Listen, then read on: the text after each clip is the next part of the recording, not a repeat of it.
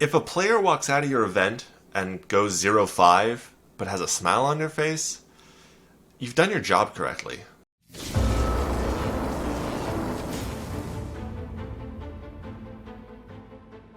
Hello, everyone, and welcome to the Playing with Power podcast, the podcast where we talk about all things cEDH, EDH, and Magic the Gathering. I am your host, Ryan, and today we're going to be talking about myths, misnomers, and misconceptions about organized cEDH play or organized EDH play. We're going to be dispelling some myths about EDH, that it can't be hosted at an organized event, and some ways that you can actually bring organized Commander to your local game store. So we've brought on a fantastic guest to be able to talk about this today, and his name is Nick, also known as Joking 101 on the internet. Hey Nick, how you doing today? Doing great. How you doing, Ryan? I'm doing great. Thanks for asking. So he is the founder of Monarch. It is a nonprofit dedicated to running Magic events for charity. He has been hosting a lot of different events as the main tournament organizer, and some of those you may have heard of. We're going to get into that in just a second, but first I want to talk about a couple of things. So before we go any further, I really want to talk quickly about our sponsors. So they're TCG Player, Dragon Shield, and Patreon. So when you purchase your cards and accessories, be sure to buy them from the TCG Player links in the description below.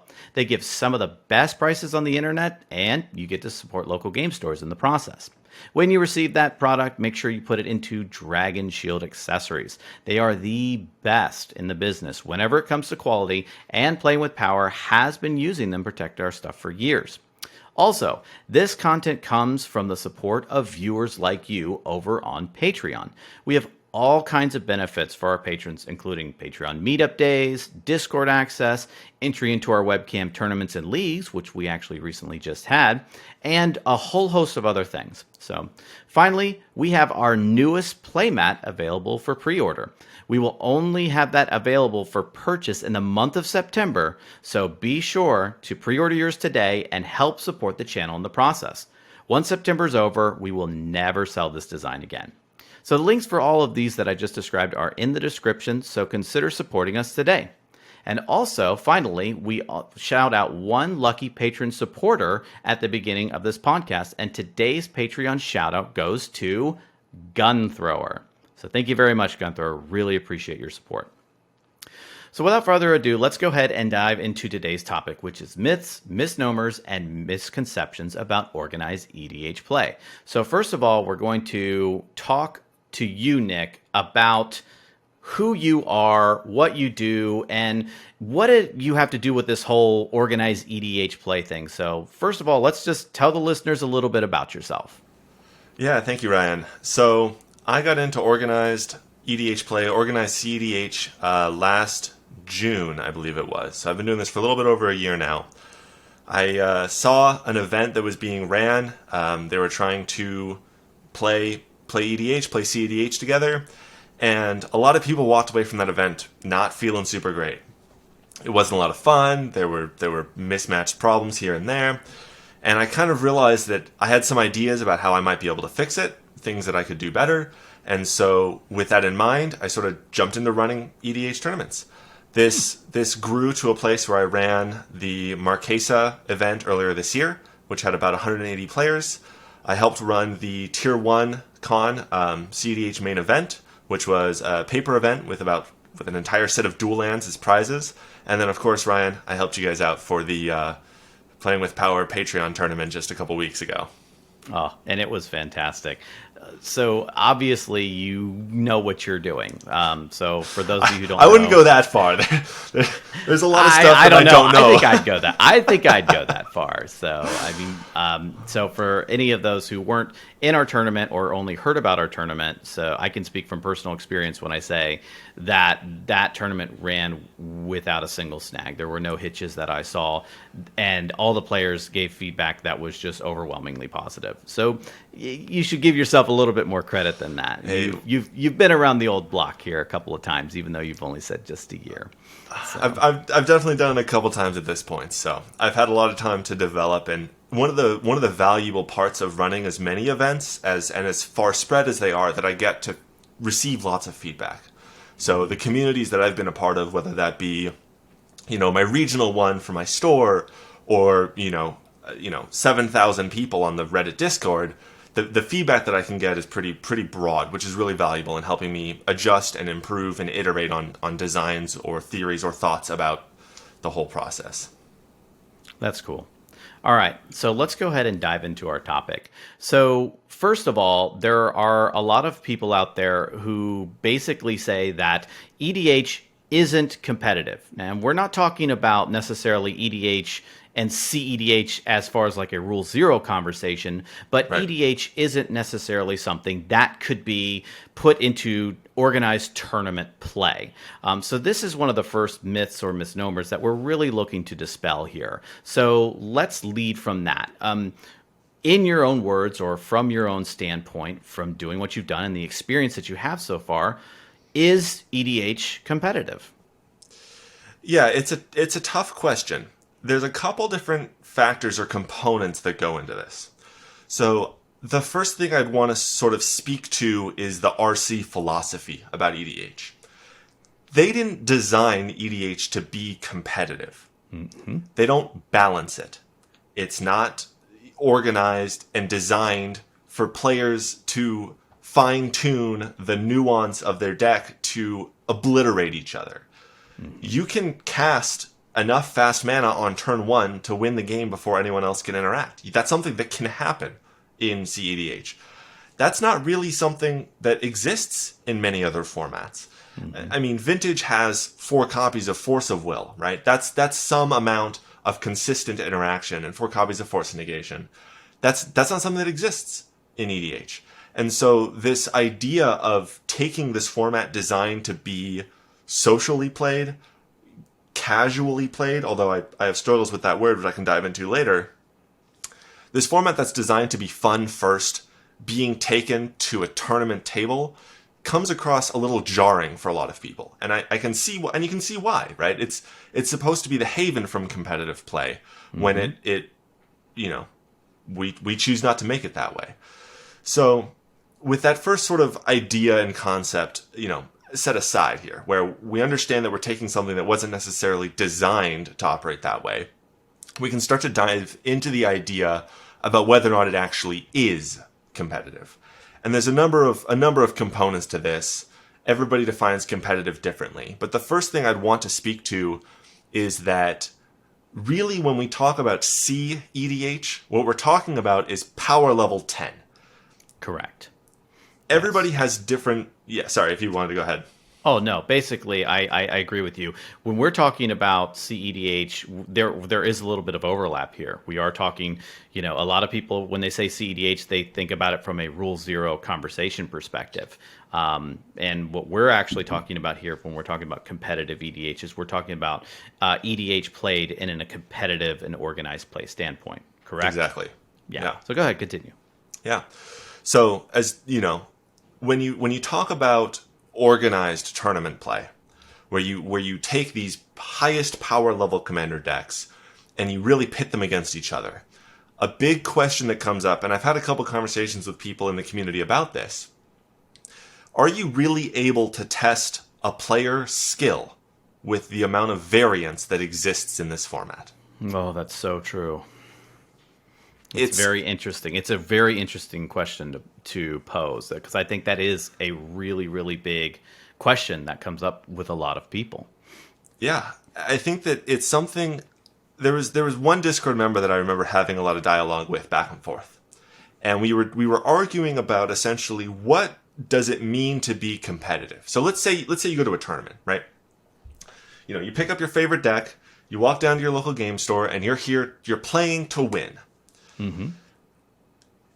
Do you have to build what you believe to be the best deck to be playing competitive? Do you need to be choosing the best colors to be playing competitively? Do you just need to pilot your deck optimally to be playing competitively? In my experience, everybody draws a line somewhere different. For some people, competitive play means they choose the best deck and pilot it the best way. That's the only way you can be competitive. No budget restrictions, no color restrictions, no playstyle restrictions. The deck that you believe is the best in that tournament, bar none. Mm-hmm. that's not really what most people do. And furthermore, we have seen people take decks that are considered non-viable by the traditional cEDH metrics do impressively well at cEDH tournaments. Yep. So the question that we start to ask is this player skill that is doing that? Or is this casting doubt into the competitive viability or what we believe to be is competitive Commander? I think that's a really good, interesting question to poise, because a lot of times whenever you see somebody put up good numbers with a deck that's spread around the internet saying as non-viable, or, oh, that's very tier X or tier Y or tier Z, and you say, well, there's just a really good pilot behind it. And then then all of a sudden you hear stories about this supposedly non-viable commander putting up amazing results at a tournament. I'll give the example of Tier 1 Con. Kark Sakashima made the Final Four table.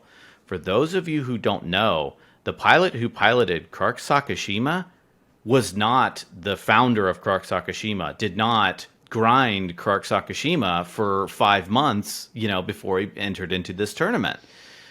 So is that something that casts doubt? Is there something else going on there? It's a very interesting metric of data to see when there's these kind of preconceptions on the internet about this is viable, this is competitive, this is not, so on and so forth. Exactly.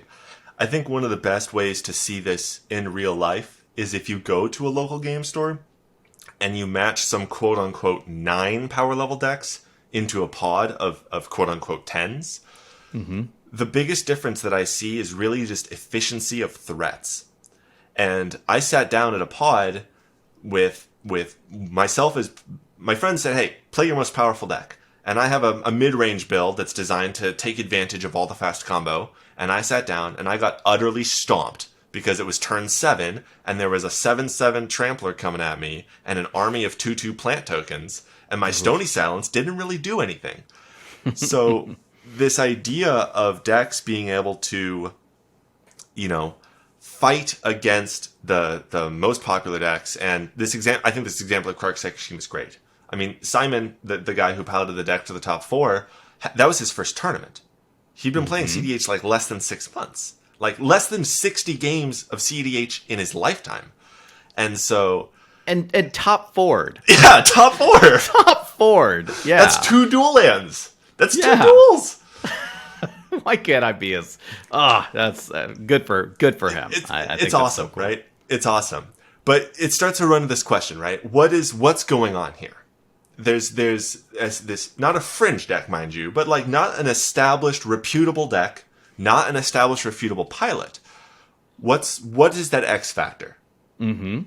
And that's where you start to question the variance. I think the variance of the format cannot be understated.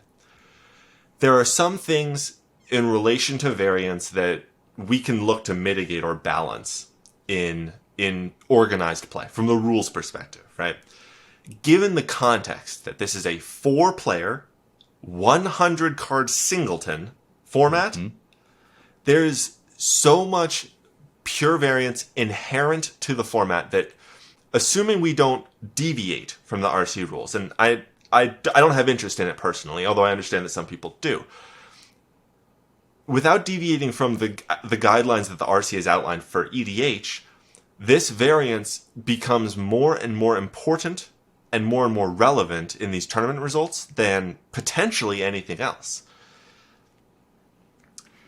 I don't want to say this to cast doubt on the pilot skill or the lines of play or the mulligan choices that went into these deck buildings, or the hours upon hours of grinding that occurs. And when you see the same names show up in the top 4, event after event after event, there's a reason they're there. I mean, they earned their spot. Mm-hmm. But it cannot be understated that sometimes you just get unlucky. And it also can't be understated that sometimes you just get lucky, So the Quark Sakashima is always a really cool story. It'll be Yeah. a cool story for the next 18 months or 12 months until another really cool story like that comes out. I think it's so awesome that that happened. But also at the same time, that doesn't mean that everybody who went to that tournament had the same story. There Right. was one person with a story. And for all we know, there was maybe 10 to 20 other people who had the exact same story who scrubbed out, who went Right. 04 or 03 and dropped. That stuff happens too. Those stories just don't end up, making the live stream on Twitch. Yeah. And not to mention, the other three people at the table didn't have that story. Yeah. We have, people like Reed with the Cody deck, who had been really putting in some real work to prepare for this tournament, as well as the rest of the Into the North crew.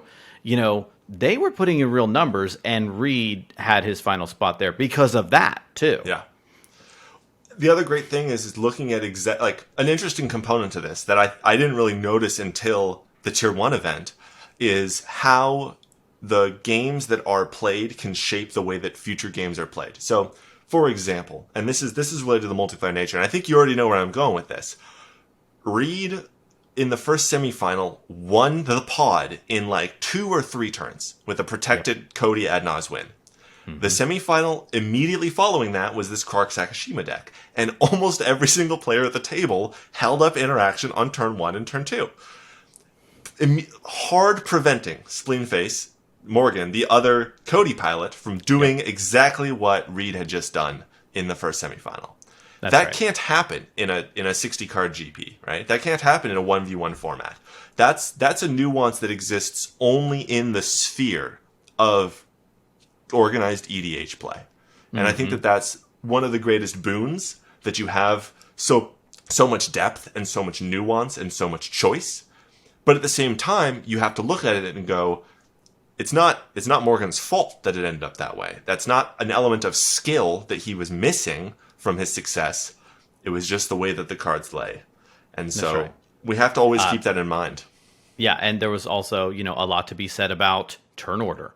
There was a lot to be said about basically how the dice fell, mulligans, things like that. And those are topics that deserve their own podcast episode, quite frankly. And so, but as you said, Reed and Morgan both had the same deck. Reed won it in 2-3 turns, and Morgan unfortunately got knocked out of the semis. Yeah. Same deck, skilled pilots, really Very skilled skilled pilots. And it just didn't end up working out for Morgan where it did work out for Reed.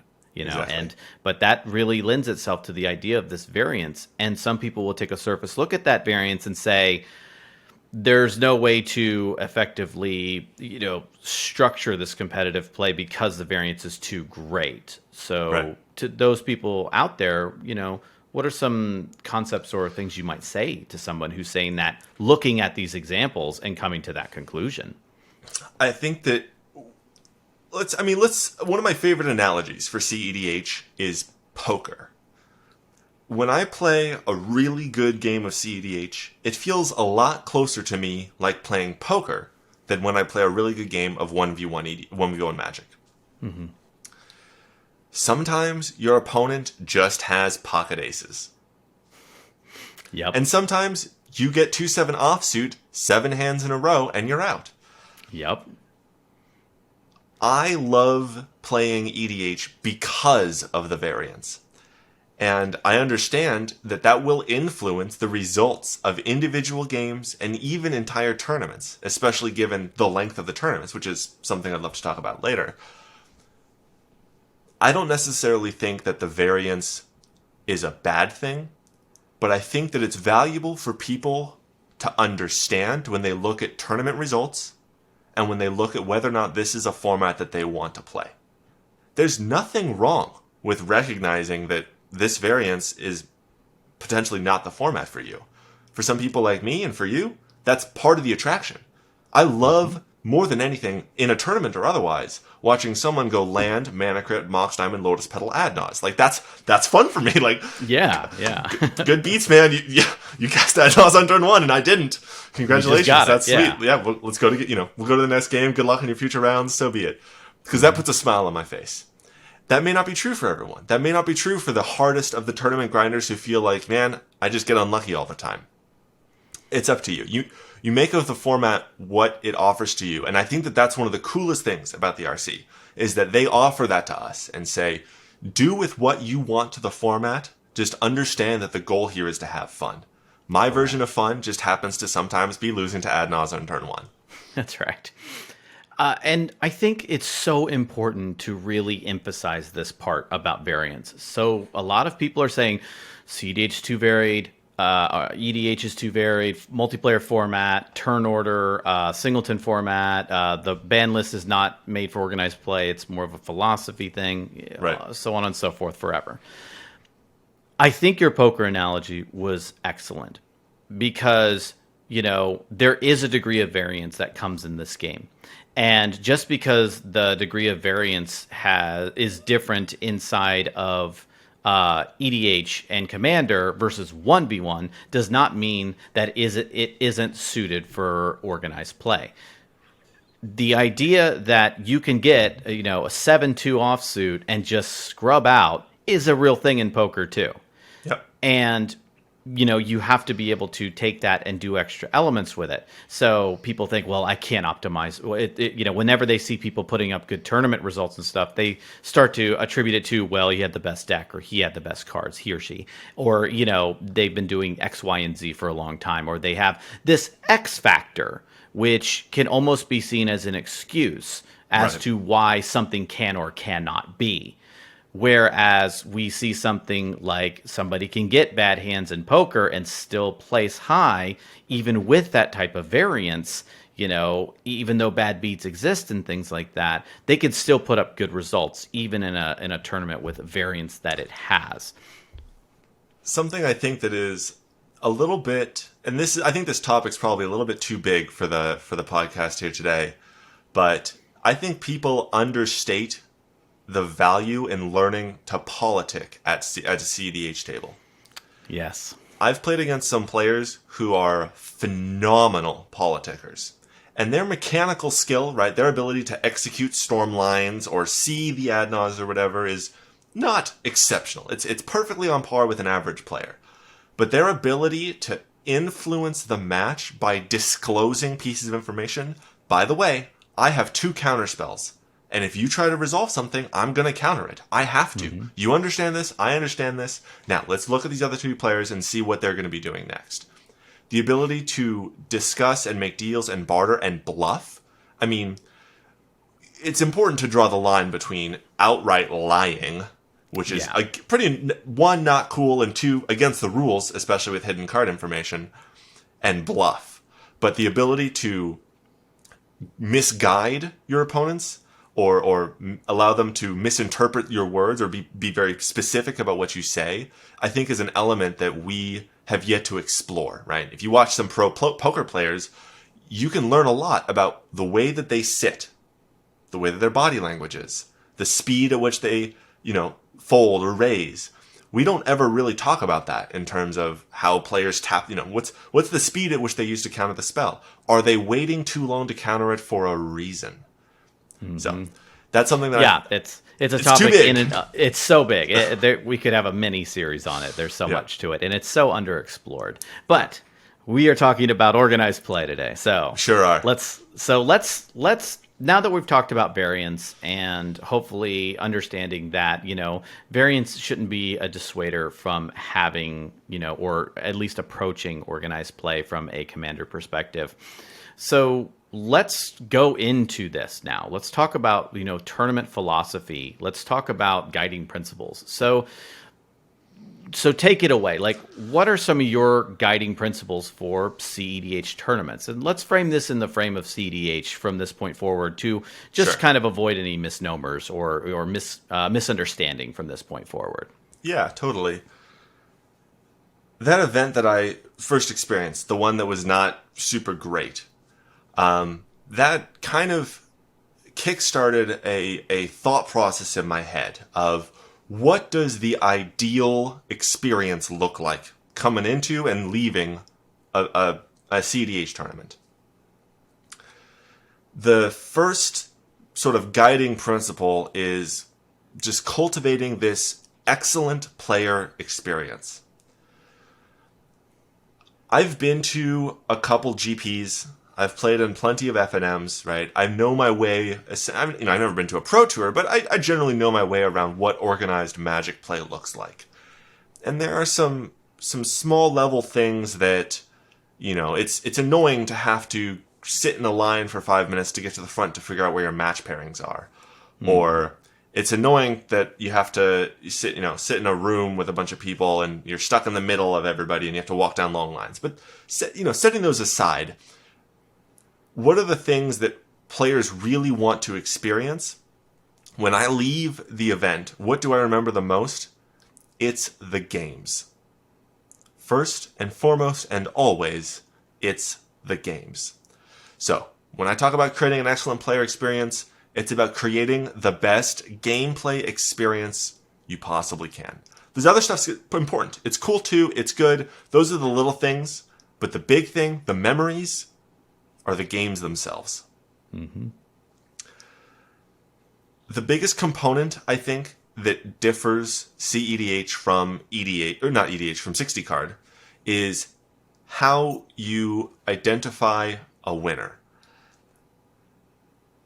I've seen point structures that exist that are trying to help balance the idea of which decks are quote-unquote viable, games that go to length, ways to reward certain types of gameplay. Not all of these are cEDH focused, but I've seen many cEDH games that are trying to use the tournament structure to shape the way that the game is played, to influence players in one way or another. In 60 card, you don't really need to do that. I mean, you win or you lose. Your opponent wins or loses. There's no in between. Or you draw. Yep. In this world of four-way free-for-all, there's a fine line of nuance that can be implemented where you can lose the game well before the game is over. And is that a good thing? Is that a bad thing? Should players be rewarded for doing that? One of the pieces I think that is the most important to think about when you're creating an organized structure is the concept of perverse incentive. So let's imagine you're sitting at a table with 4 players. You're player A, and then there's players B, C, and D.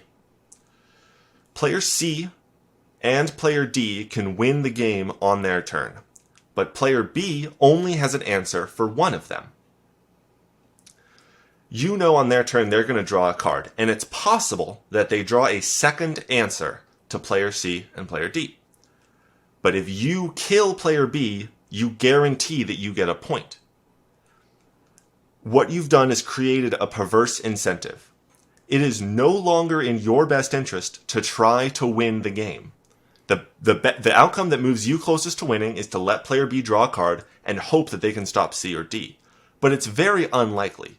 It is much more likely that you will get the point for eliminating player B and then lose to player C or D anyways. The tournament structure that you set up has to make sure to avoid these types of perverse incentives. What you have is a really good example, because I have seen many examples on the internet of somebody who, or like at an LGS, who says, I want to set up a commander with prize structure. And what happens is that you get casual players get this great fear that somebody who's a pub stomper will bring a cEDH deck and then just stomp everybody. Right. So what they do is they create these types of, point systems or point structures, and then it creates these types of perverse incentives, because then what happens is somebody builds a deck that intentionally exploits the point systems that were set up. Then season 2 rolls around of it, and then they have to change everything and start banning cards, and before long, the entire system implodes on itself. Yep. I've heard this story. Let's just say I've heard it more than my share of times, because everyone tries to course correct, and all it is doing is kind of putting up with this analogy you had, which is a really great analogy of this perverse incentive. Oh, well, I get this if I do that, so I'm going to build a deck that's only meant to exploit points. You knock out a player, it's X, or if you do something, it's Y, or if you gain X amount of life, it's a certain amount of points. They look at that, they rig their system, and then they do it, and then everybody gets upset because they gamed a system. Yeah. So the idea of tournament integrity, I think, is paramount, and I think not a lot of places know or have the awareness to preserve that type of thing because they're afraid it's going to scare off their commander players who are kitchen table players. Yeah. I think that that's one of the most valuable things that you can do if you're trying to create organized play is to look at where players will abuse your system. If your goal is to create a situation where players are not trying to win in their absolute best, then you cannot put a prize on the line for winning. Mm-hmm. If you are fine with players trying their absolute best to win, then understand that any structure you design, they will use and abuse to get as many points and as many wins as they possibly can. Mm-hmm. Every single time. That's right. I've made this mistake. In Marquesa, earlier this year, we have this fluid round structure, which allows players to play a variable number of games. What this did is it required us to assess somebody who played, let's say, 7 games and somebody who played 4 games on the same axes. We didn't want players who had the ability to play 7 games to be rewarded more than the people who only played 4. So we wanted to make losses worse, right? We wanted to make them more risky. The problem that we immediately had is that players realized that if they got 3 wins and 1 loss, they should just stop playing. And so we had players who played their 4 games in like a third or half of the allotted time, and we're like, all right, we're done. My record is very unlikely to improve if I play more games after this. And that wasn't really the goal of the system, but it was the result. It was the perverse incentive. Mm-hmm. And so even with the amount of tournament experience that I have, it is still very, very easy to create these systems where players will find the most optimal outcome, even if it's not an outcome you ever anticipated occurring. Mm-hmm. Yeah. So, and I think that's initially a big hurdle that people that are trying to do this organized play for Commander are facing, because they're like, well, what if somebody gets knocked out early? Kali, a player, lands something, kills them immediately, and then the game ends up going to a draw. How am I determining those points? And those types of questions that surface themselves lead to these accidental perverse incentives. Absolutely. I actually credit the judges on my team for helping me a lot with this, because they have a lot of experience with understanding how players abuse systems. And I would go so far as to say that anybody who is seriously trying to run a cEDH tournament, especially if it's bigger than 16 or 20 people, have a judge on staff. Because they have the experience and the knowledge. And I worked with very experienced level 2, so it's not every level 1 will have this stuff, but they have a lot of that background that they need to help offer guidance of how players operate, especially if they've been running events for a number of years.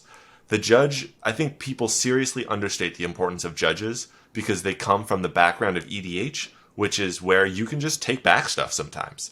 That's not how competitive REL works. Nope. Not at all. Nope. So I think that the idea of this perverse incentive and going through the ways that players abuse systems, especially with my judges, especially in regards to the corner cases, it's been really eye-opening for me, helping me understand the ways to build a structure that has as few flaws. Nothing is flawless, but as few flaws as possible. True. Yeah.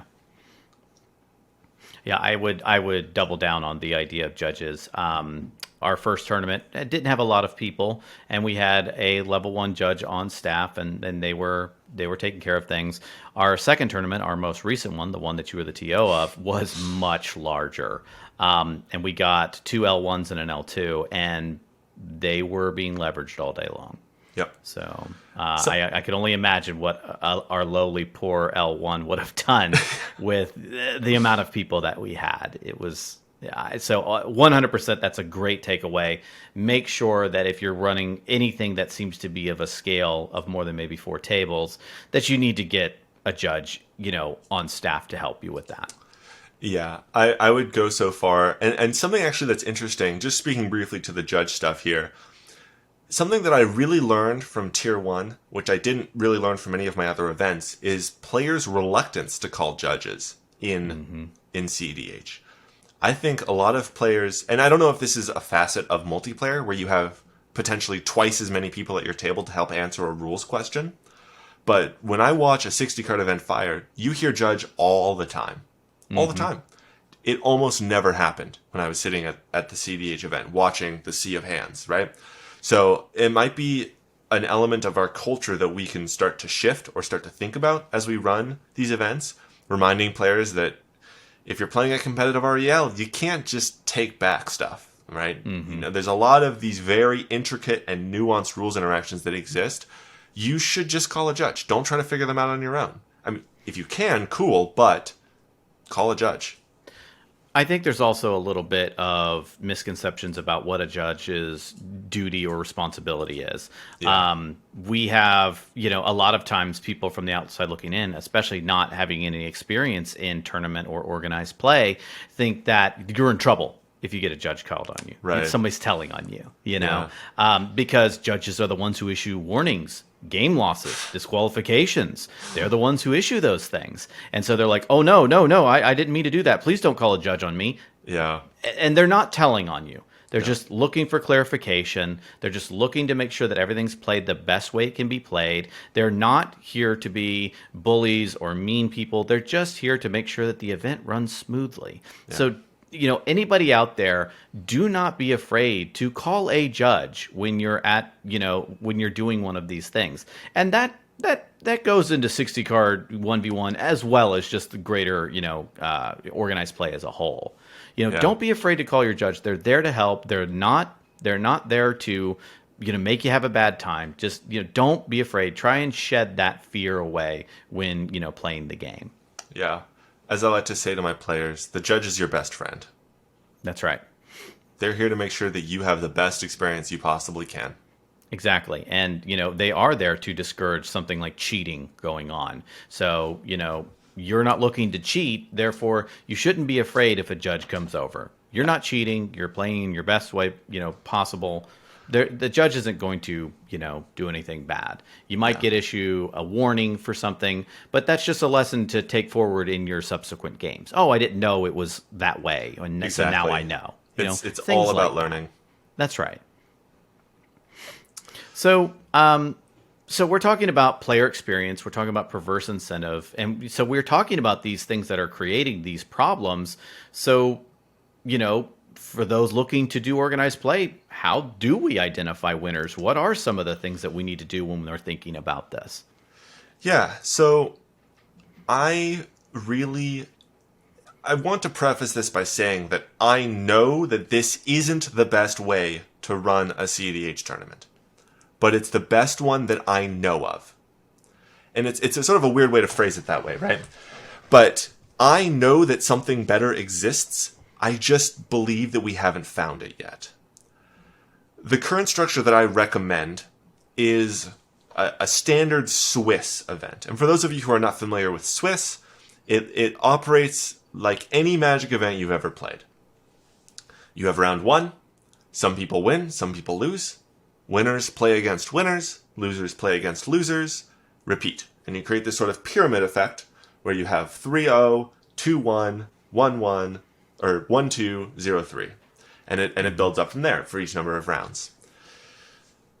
This seeded Swiss style of event is a little bit messy when it comes to cEDH because you have one winner and 3 losers, which is not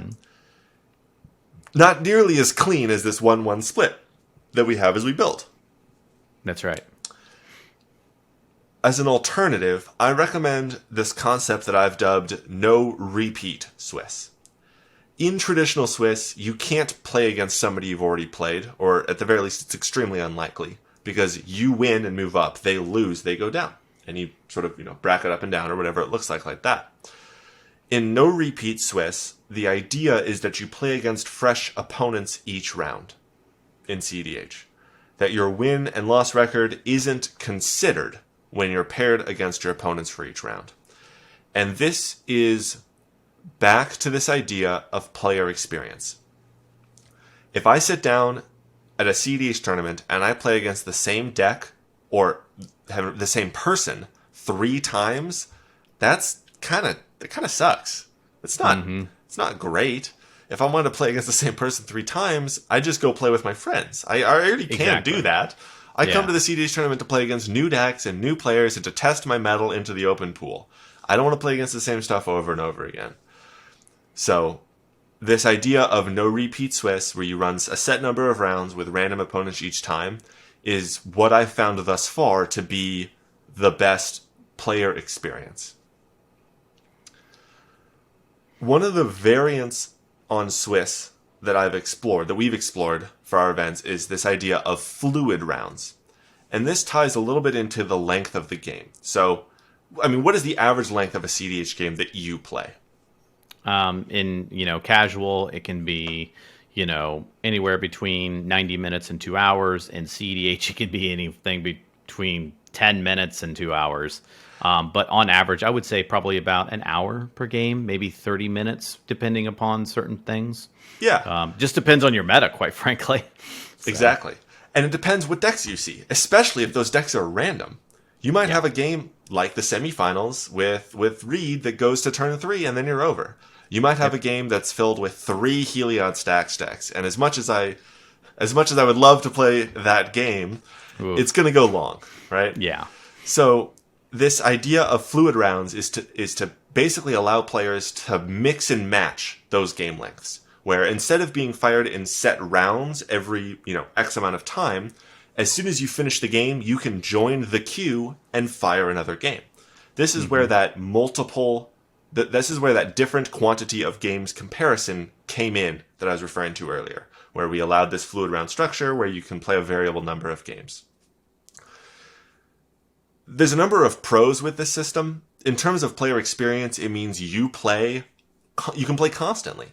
As soon as a game ends, you play another, and if you want to take a break, you can. Leave for 10 minutes, get lunch. Leave for 30 minutes and get lunch. Come back. There's a pod waiting for you the moment you get back. Mm-hmm. This system doesn't work with a small number of players. There's sort of a critical mass of 80 to 100 people that you need in an event to fire enough rounds regularly enough for it to not be something where players are sitting waiting 20 minutes for another game. Because games end in these pods of 4. And with no repeat Swiss, that means you need 3 new players for each opponent before you can fire a round. So, I don't recommend fluid rounds for people that are just starting out, but it's something that the big experienced tournaments can potentially pull off or explore. And that's a really good piece of advice, because that will avoid somebody going in with 30 players in starting with fluid rounds. Yep. So, you can avoid that possible issue, because they might try fluid rounds, realize it didn't work, and never try it again. Exactly. So it's good to have that, at least that knowing it going in. Exactly.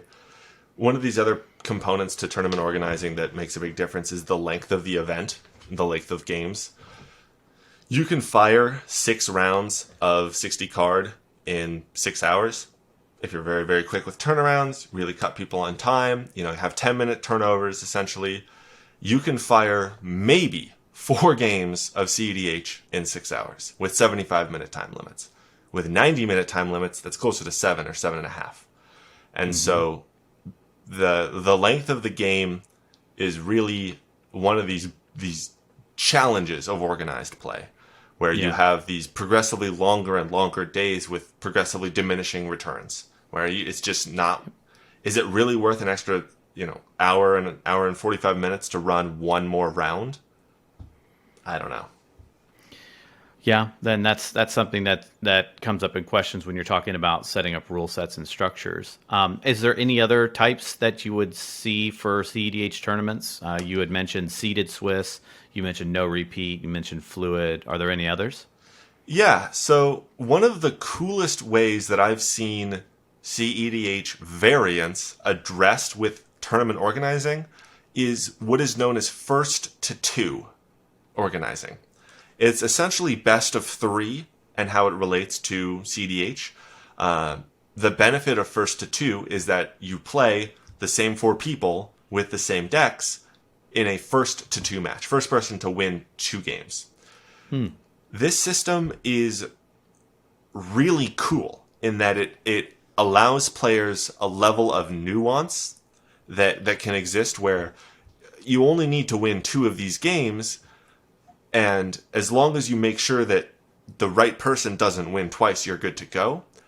But it starts to jump on this tournament integrity component of perverse incentives. Do you really want players doing that? And it is prohibitively long. It is very, very long to run a single first to two match. I think there's a lot of room to explore first to two. I just haven't done it myself, and I haven't seen a lot of people do it yet. But if you it's a really interesting concept when you're talking about it, because first to two can mean a number of things. Number one, that can mean you could play 5 games, up to 5 games. Each person wins one, and then the 5th game, that person will win, if you will, that particular thing. And then you also have the idea of perverse incentive. So that person won the first round. So everyone will target them for the second round. Yep. And then that will happen in the 3rd round and then in the 4th round. So that will almost create the perverse incentive type scenario. So that's an interesting one I've never heard of before. Something else that you can build on this to kind of address the perverse incentive is to detach the goal. And what I mean by that is rather than playing first to two games, play a set number of games. So say this pot of 4 is going to play 3 games, or they're going to play 4 games, or they're going to play 5 games. Whatever it may be, what you've done is you've detached the perverse incentive of preventing somebody from getting to 2 and refocusing players on just trying to win as many as they can. It doesn't matter whether your opponent wins 1 game or wins, which opponent wins 1 game or 3 games. It just matters whether or not you won or lost. So that's something that I've not seen, and I'd love to see that tried somewhere and see how it flows as a potential method. Very interesting. The other one that's pretty big is leagues. We see, I think, a lot more EDH leagues than we do cEDH leagues, although we've seen a fair number of cEDH leagues. This idea, again, it's kind of like a fluid round system, except it's spread over weeks or months. I think the Mox Bowl and the MLC, the Major League Commander that was run by Callahan and the Mind Sculptors, they did a really good job of creating a league structure that facilitated not only high-quality games for spectators, but high-quality game experience for the participants, where, again, you're really rewarded for winning, and there's not really too many adverse incentives, perverse incentives, or anything along those lines. Yeah, and but that also, depending upon the person who's trying to set up this organized play, that might not work for them. Yes. Because you might not have that length of time to be able to run a tournament, if you will, because it's actually a league at that point. Yep. The Mox Bowl and the MLC, I think that was 12 plus weeks. It was 12 weeks. 12 weeks, a week off, and then the Mox Bowl. So it was like 14 weeks from start to finish. Yeah, that's not long. short. That's long. We talk about one day, 14 weeks. We talk about opposite ends of the spectrum here. Yeah. So, but there's also certain things that lend itself more to a league structure. Absolutely. And we could talk about that all day long. But there are certain circumstances that might want to lend itself to league structure. Maybe you don't want to have your players sit, for, like you said, these 7-8 hours before they're finally going into the semis and the semis, and they're dead tired at the end of the day because they've been grinding it all day long. So, fresh faces, fresh eyes, into your semis and your finals, there's something to be said about that too.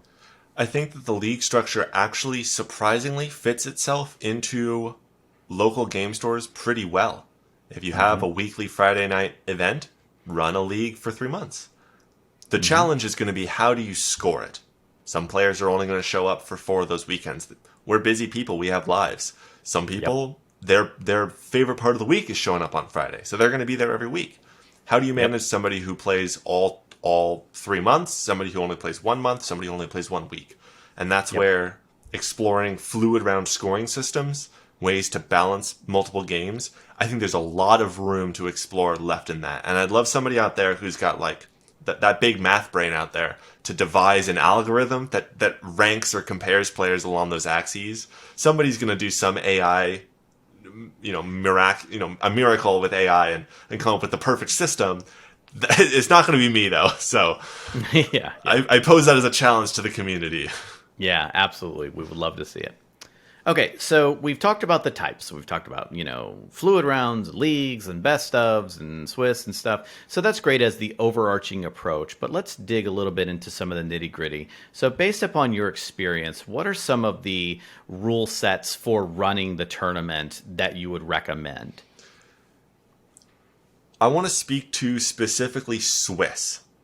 I think Okay. that almost a lot of these cooler structures, the best first to two, the fluid stuff, those are more for these either more experienced organizers or not that you can't take on the challenge, but that's not what I'd recommend. If you're going to your local game store and you're saying to the owner, hey, I want to run an organized, competitive EDH event, I would recommend Swiss. I would recommend 75-minute games. Like you said, the average game is between 45, 60 minutes. I think that 60 is a little bit short. The 90 minutes starts to push pretty long. I think 75 minutes is kind of the sweet spot when you balance the interests of the players to have long run and mid-range decks, stacks decks, to afford them the viability of play, while also making sure that you have to run the event. You have to keep the game moving. If we let every game go to time, almost every round would be bound by that one singular 2-hour game. Ties aren't great, but I think that they're okay. I think 1 or 2 ties per player across the course of an event, a 4 or 5 round event, is more than acceptable. I think that the best scoring system that we found so far is 3 points for a win, 1 point for a tie, 0 points for a loss, and 3 points for a bye. One of the challenges with multiplayer is that you can have a perfect, let's say you have 25 players. Well, 24 of them fit nicely into pods, and now you have this one person left over. Mm-hmm. Wins in cEDH are very powerful. You have a much lower chance of winning in cEDH than you do in regular 60 card 1v1. That is Which correct. means that a bye can be, it can by itself, no pun intended, put you into the top rankings. One of the ways to mitigate this scoring issue with buys being worth that much is say, oh, we'll just make them worth 2 points instead of 3. You can do that, but I think there's a more elegant solution, which is what you look at with tiebreakers. Mm-hmm. So I recommend 2 tiebreakers. The first is your win percentage. So for example, a player with 2 wins and 1 loss has a 66% win percentage. Mm-hmm. A player with 1 win, 1 bye, and 1 loss has a 50% win percentage. They played 2 games and won 1 of them. What this means is that 2 equally ranked players, somebody with 2 wins and somebody with a win and a bye, will be placed accordingly, with the bye being worth slightly less than the person who won. But they're still in the same point category. It's just the tie breaks that are different. This is also able to prevent players from drawing a lot of games. If you keep the point structure at 3 instead of 2, if you draw all 4 games, you only get 4 points. And a win is worth, 3 of that. So you don't want to incentivize players to go to time every single round. That causes a lot of problems. So keeping ties at 1 means that they're a nice bump, right? You didn't lose the game. It's worth something, but it's not worth as much as a win. I've spoken with a couple of people that were playing stacks, and they said, well, some of the time limits of this upcoming tournament are going to be too prohibitive, and they're going to discourage stacks play. So I'm going to exploit a point system instead by knocking out the most prolific player. So basically finding out what their record is. So Right. I'm going to target the 2-0 player at my pod and then try to get a bye for everyone else to try and knock myself. I'm not a bye. I'm sorry. Just draw for everyone else to try and knock myself into higher percentages by essentially sniping the best players in my pod. And it goes back to this perverse incentive system where they were trying to look at a scoring system and exploit its loopholes to try and get better rankings. I love that you brought that up because that is exactly why we give a point in a tie to every player in the pod, no matter what. Mm-hmm. A lot of people don't like that this means that in theory, your entire game has gone to waste. All that's happened, whether you won or lost, if you were not, if you died to your own ad-nauseam on turn 2 and then the remaining 3 players played another 90 minutes, you still get the point. And it's because of these corner cases. It's because of these edges where players will find ways to abuse the point structure to knock that person down a peg. They don't get the point. I do get the point, and so on and so forth. Yep. To all of you Stacks players out there who play games that regularly go past 75 minutes, I apologize. I mean, I don't have it's not a good system that works for everybody. Some decks will be non-viable because of time limits. This is just the reality of tournament organizing. If I had 12 hours to give to you to play every single game to completion, I would. But I don't. Yep. The LGS is only open from, 6 to 10 or 6 to 11 or 6 to midnight. People have lives and jobs and things that they need to do. As much as I love playing 2-hour games of Commander, they do not work in the tournament structure of organized EDH play. And that's also another really good takeaway is that you have to make certain concessions with organized play. You wish you could include everybody. You say, yes, please, the people who play Armageddon Pass and just try and win through, who play that. I want you to come play too. But just like you said, that you can't bring your pet deck to some organized play. There are certain things you just can't bring to Commander's organized play. Yeah. With these time limits in place, they're there for a reason. Because if you let every game go, the person who lost on turn 2 and was sitting there after 10 minutes then has to wait for the 2.5-hour game to go before the next round is Swiss. They're going to have a miserable experience. Yeah. So it kind of almost folds into this needs of the many outweigh the needs of the few kind of situations. So. It's really unfortunate. And there's another great example of where a specific example relevant to cEDH doesn't translate. Many cEDH decks win using an infinite turns loop. Taigam, for example, Tassiger Season's Edric. Pass loops, Edgar. Yeah, the Season Pass. Edric does use a lot of turns, but maybe not infinite turns. Yeah. Exactly. And the systems are set up such that, and for what it's worth, just to get it briefly out of the way, my recommendation for turns is that you have one turn for each player left in the pod. So the current turn is turn 0. Each person in the pod gets one more turn. Traditionally, it's 5, which says 3, turn 0 and then 3 turns for each person. I think one turn for each person left in the pod is long enough. Turns can take 15 or 20 minutes already, especially when board states. If a board state is complex enough to get to the 75-minute mark, it is very easy for it to get to the 90-minute mark with only one turn cycle. So I recommend one turn per player. But I don't allow players to do turns loops once games go to time. And I've had players who play these turns decks come to me and say, why are you making my deck non-viable after a certain point in time? You're telling me after 75 minutes elapse, I can no longer win the game. And my response is, yes, but here's why. Judges have to make a call. They have to rule on something, black or white, in every situation. Correct. And as a TO, I don't necessarily have to, but my judges do. And when they walk up to your table and you say, I have a deterministic loop that will win me the game because I can, loop this turn spell an infinite number of times, and all of my opponents are hellbent and they have no lands in play and they have plenty of cards in their library, the the judge can go, sure, yeah, that's clear, you did win there. The situations in which it is 100% known, while they are easy, the amount of situations where it can't be 100% known are way, way too great. And I am never going to tell my judge to look at a board state and go, you know what, I think you will win if we let you play it out.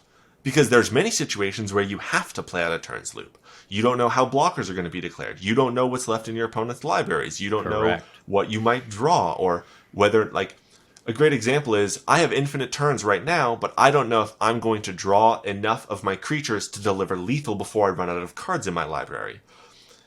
There's too many nuances to let these fractional cases go by. At some point, we just have to make a rule. We have to stick to the rule. And there are some decks that get left behind from that. Yep. You're going to have so many more people upset that you were in the gray than if you're in the black and white. So yeah, the season's past loop, player is going to be upset.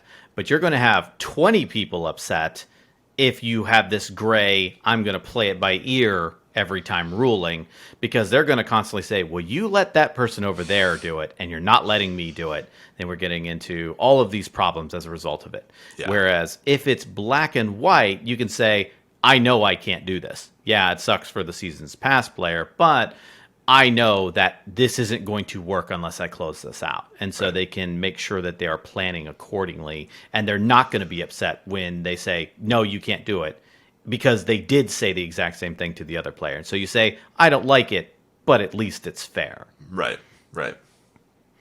Exactly that. The last sort of piece to the black and white rules, and the one place that I'm willing to explore the gray: Kingmaking and spite plays. How do you feel about Kingmaking and spite plays, Ryan? Okay, so first of all, Kingmaking and spite plays is a different definition to everybody. Yep. I cannot tell you the amount of times somebody said, he stopped my thing and the guy won on the next turn. He was kingmaking him. That's not kingmaking. Okay, first of all. There are actually some areas where you could say, kingmaking is this and it's not that. Just because you lost because the person was playing their outs doesn't mean they're kingmaking you. No. Also, spite plays, depending upon context, can just there's a lot of times where it is a lot more direct. Somebody says, oh, you're attacking me, I'm going to Cyclonic Rift on the way out. That's a spite play. Right. You're affecting the board state that you're not going to win. Right. Those are the types of things that are problems. Whereas you're not going to make a meaningful impact to attempt to win the game. That's spite playing. Now, a lot of people will gray this into the areas of threat assessment. Oh, there's a Nagila player on board, and you killed my stacks piece with your Abrupt Decay. You should have targeted Nagila. You're spite playing me. No, it's not. Maybe that goes into questionable threat assessment, but that's not spite playing. Right. So I could talk about this all day long, but that's my initial thoughts on both of those. Absolutely. I think you've got some great examples there, too, where I think people feel, especially in Commander, which is such a feeling-oriented format. I play my favorite deck not because it's the best deck, it's because it's my deck. It's the one that I play. And when people have their plans disrupted, it doesn't feel good. It never feels good. But the difference is that there's multiple players that you could have targeted, and yet you chose me, as opposed to 1v1 where there's only one valid target, and it's me. Correct.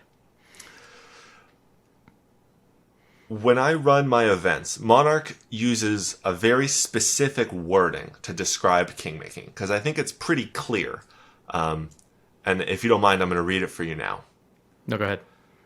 In game theory, a kingmaker is a player who lacks sufficient resources or position to win the given game, but possesses enough remaining resources to decide which of the remaining viable players will eventually win. That's a really good definition. Thank you. Actually, that's a really good definition of it. It's actually from game theory. And so the idea of where you draw that line. So I'll use one of my favorite examples. most people have heard of, I used a pact of negation to stop somebody from winning that I couldn't pay for. Yep. It's like the most clear-cut case. You are sacrificing yourself to continue the game. If there is absolutely no way you can pay for the pact of negation, you shouldn't play it, in my opinion. There is no out. You lack the resources needed to win the game, and all you are doing is deciding which of the other players will win the game instead, because you can no longer win the game. If it is possible, even if it's astronomically small, maybe an opponent needs to cast exactly Wheel of Fortune, which you will draw into exactly Dark Ritual in order to pay for your Pact of Negation. You should be allowed to cast it, because it is possible for you to still win the game. It's extremely unlikely, but it's possible. And I never want to tell a player, you can't try to win the game, right? That seems like a silly sentence, right? You're not allowed to try to win the game. But if you can't, if you sincerely and honestly can't, you cast Pact of Negation and Force of Will was the bottom card in your library, you don't need to cast Force of Will. It doesn't change your outcome. Let the player win. And that's very challenging to put into paper because it is never that black and white. I gave you two very clear examples of where it is. It is never that black and white. And so I offer to all of my players, I say, hey, if you think that there might be spite play, if you think there might be kingmaking, if you think any of these types of things occurring, call a judge. The judge is going to get me, and then let's talk about it. Let's break it down. Yep. Because my number one goal here is to make sure that everybody walks out of the tournament having a good and fun experience. Let's talk about it. At some point, you need to put your cards face down and say, this is what I got. This is what I can do. If I can't interact, if there's no outs, let the game go. Yeah. You know, I've seen people say, oh, I'm going to cast this Pact of Negation, and people would get upset with them. They're like, you can't pay that. You're spite playing. And they say, well, we'll see what happens in my turn. Yep. And they get to their turn, and they only have 3 mana, and then they cast Tainted Pact. Yep. And then you're like, okay, what are you doing? And then sure enough, they flip till they find their Angel's Grace. Yep. And then they cast their Angel's Grace. And you're like, oh, okay. Yeah. So sometimes, jumping to conclusions can be a problem too. They immediately say, oh, you're kingmaking me, or oh, you're spite playing. Sometimes you have to let people actually play it out. You have to trust them. Exactly. You can trust. You can verify, but you can trust. Just trust the player. If they're just, if they just do that, like, I just felt like it because I didn't want you to win because I don't like your face. That's not the way to play. Yeah. And those types of things should not be encouraged in organized play. Exactly. And I recommend that every player, when you see stuff like that, even if it's in your local pods, have those conversations. Opening the dialogue is the hardest part, but once it's done, those conversations can get surprisingly easy. Because you realize that everybody's goal is to have the best game you could have. Correct. One of the fun anecdotes that I have in regards to trusting players is I saw somebody cast a Mystic Remora, and then the next player feeds the absolute crap out of it. Rock, rock, rock, rock, wheel, rock, rock, rock. And this player is, drawing tons and tons of cards, and they're like, just trust me. Just trust me. And they slam, was it Waste Knot? Something that benefits whenever they discard? Yeah, Waste Knot. Something like that. Yeah. And then it gets back to that player's turn, and they've got this hand full of like 15 cards. They have to discard a whole bunch of them. This player gets a ridiculous amount of resources, and on their very next turn, it allows them to win the game. And if you're sitting in that pod, you're going, what are they doing? They're throwing the game to the Mystic Remora player. They had a plan. There was something that they were planning on doing. They did it for a reason, and sometimes you just gotta trust other players that they've got a plan. They've got a reason that they're doing it. That's right. Sometimes they don't. Not everyone is out there to just play awful. To play terribly and have a bad time. Remember, everyone at the end of the day is playing Commander to have fun. Even in this, we're talking about organized play, and we're talking about tournaments here, but we're still all here to have fun, even in tournament settings. Yep. The number one goal of a successful tournament, the only thing that I ever walk away from a tournament wondering is, did everybody have fun? Yep. That's all that matters. And I think that's so important because all these things that we keep talking about, when you're talking about Swiss rounds, and we're talking about game length, and we're talking about turns, and we're talking about all this stuff, it seems very analytical and logistical and stuff like that. But all of this is just clearly defining building blocks that allows everyone to have a good game at the end of the day, a good experience, player experience, as you stated.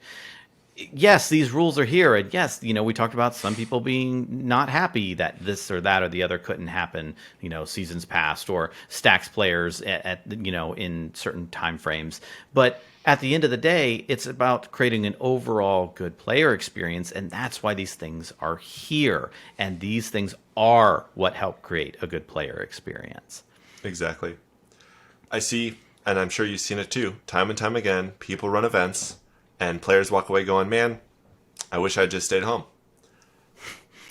There's definitely times when, bad beats happen, and they even say it in that way. And there's times when bad beats happen if you have a good player experience and you say, yeah, I scrubbed out pretty hard, but man, I had a great time. And they start talking about, interactions in the game, and I did this and they did that, and it was so cool. Yeah, I didn't end up in my semis, but boy, that experience I'll have for, the rest of my life. So if a player goes 0-4, 0-5, 0-6 and walks out of the event with a smile on your face, you did a good job. Exactly. So yeah, I think that a common misnomer when it comes to the approach of this is that the losers are going to be sad and the winners are going to be happy. And that's actually not true. That's actually a myth. Yes, there are people who are going to be unhappy. You're never going to be able to please everybody. But if you come in with the approach of creating a good player experience for organized play, you're going to be able to at least minimize the amount of unhappy or upset players that you have. And like you said, the people that go 0-4, 0-5, 0-6 and walk out with a smile on your face is exactly the goal that you're looking for. And if you keep framing it in that way, a lot of your decisions will be clearer. A lot of the things that you have to do when you set up become a little bit more direct. You're like, oh, well, knowing, my philosophy on game experience, and player experience during the tournament, this is a much easier decision now. You also start to detract away from the mob rule of they should ban this or X amount for that, and these perverse incentives that we've talked about at length now. Those types of things don't enter into the equation anymore, and you see what happens in an inevitable, league/tournament implodes on itself when you try to implement this make everybody happy philosophy. I think one of the big misconceptions or misnomers about cEDH tournaments is that it deviates from the EDH premise of fun first. cEDH tournaments are supposed to be fun. Mm-hmm. We just prefer playing slightly more competitively. And I think that that's one of the biggest things that people misunderstand about the player, the type of player that I am and the type of player that people who participate in this are.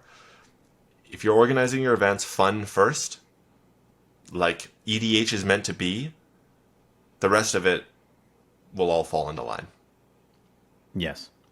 I went to Tier 1 Con in Copenhagen, Denmark, and we recently had our Playing with Power webcam tournament. In both of those scenarios, I had multiple conversations with people who went, 1-1 or whatever, or they, 1 win, 2 losses, and a bye or whatever, or 0-3, or they scrubbed out entirely. But over and over, I kept overwhelmingly hear from things like feedback from our surveys or just anecdotally in the hallways. I had a great time. This was a lot of fun, and that's exactly what you're going for at the end of the day. Yes, it'd be great if everybody could win and everybody could get a dual land or everybody could get a Force of Will. That would be great, but that's just not how organized play works. Yeah. It's not how tournament structures work. But it does, at least when you have this idea of, good player experience in there, that even though you do quote unquote lose, you still had a good experience and are willing to come back and do it again. Exactly. Making sure that players feel that it was fair, that they had a fair chance, that the players in the table were playing their best, right? Players are here to play the best that they can. You don't want to walk away feeling like, oh, player such and such was, abusing this system. everybody come here to play Magic fair and square, and those, again, game experiences, those are number one. All right, and with that, we are going to go ahead and wrap it up. So, a really, really big thanks to Nick for being on the show today. So, I mean, I really learned a lot. I think because we, as Playing with Power, we run tournaments, and it was kind of hard to nail down exactly what we're trying to go for. So talking about player experience and stuff like that really helps solidify that. And I hope that the viewers today and the listeners today can go with this information and take it to their LGS and say, look, our commander nights are getting bigger and bigger and bigger. What would you say about possibly doing something like this? Maybe listen to this podcast and get an idea of maybe creating a better player experience, and offer things like incentives and prizes and stuff like that, but in such a way that isn't going to create parasitic incentives or hurt feelings or bad experiences or these weird things that implode themselves. So I really hope that everyone who's listening today got something out of that. So really, once again, thank you very much, Nick, for being on the show today. So why don't you tell all the listeners and viewers where they can find you and what you're up to? Yeah, so I still run cEDH tournaments. The next big tournament for the business that I work for, Monarch, is coming up in October. So stay tuned for Oktoberfest. It's going to be the second to last weekend in October. It's a 2-day event, our first ever 2-day event, and we've got some pretty big plans in motion. So stay tuned for more on that. And I want to thank you, Ryan. I had the pleasure of meeting you at Tier 1 and having a number of conversations that led to this dialogue here today. And I can tell, from these discussions that there's so much passion for cEDH and there's so much love for Magic, and the ability to take some time and speak to everyone about what it is that I do.